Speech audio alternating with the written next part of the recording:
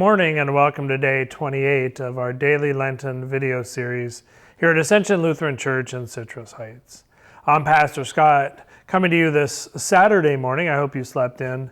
We're continuing to talk about and look at the theme of God's story, our story.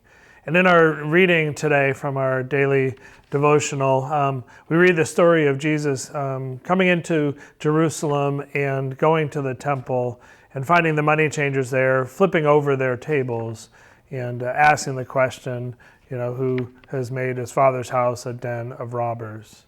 This story happens during the time between when Jesus came into Jerusalem on the back of a colt, which we celebrate within the life of the church calendar on Palm Sunday. We read that story yesterday. And here we are on a Saturday, still a couple of weeks removed from Easter, and even a week removed from Palm Sunday, talking about the Jesus turning over the tables in the temple. And the reason that is the case is that there's a lot that happened between when Jesus arrived in Jerusalem and when he was arrested and put on trial and crucified. So we start reading this story early, even though we're not already in Holy Week. That allows us to read more of what went on during that time, more of the teachings of Jesus as he prepared the disciples for his crucifixion, even though we're well ahead of when it would have happened, at least how we celebrate it within the life of the church. So yes, this is Saturday, April 5th, and Palm Sunday doesn't come until Sunday, April 13th. But here we are. And here we are literally today as I record, standing in front of the doors to our sanctuary as we talk about Jesus coming into the temple and finding the money changers there. Our reflection today talks about whose image is on money, right? And whose name is on money. Here in the U.S., our money has presidents' names on it, right? And it's all about the Benjamins, and we got George Washington and Lincoln. They're on our money.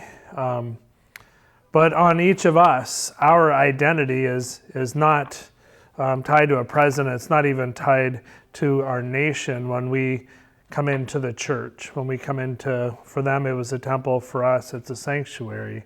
Our identity here, and really everywhere, our primary identity is as a child of God.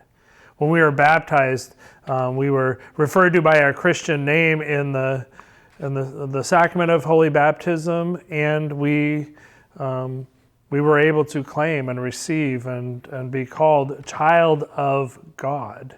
And that's primarily, or that should be our primary identity. We have other identities, but our identity as children of God should come first. And that should be, we shouldn't use God's name to support other things that we're doing. We should, that are to exploit the name of the Lord. We should actually use God's name and our identity as Christians to celebrate who God is and what God has created us to do and to be. It's kind of a challenge. It leaves some gray area in the life of the church as we have to live within the world. And of course, we need to raise funds and those things, but we raise them for the proper purpose, not each of our personal benefit, but for the greater good of the community of the world in which we find ourselves. When Jesus came into that temple, he displayed an immediate reaction. He was quite bothered by what they were doing in his Father's house, in his Father's name, for their own sake. And he let them and us know how he felt about it. Thanks for spending a part of this morning with me. I hope to see you tomorrow in worship and on Monday for day 29 of our daily Lenten video series. Take care.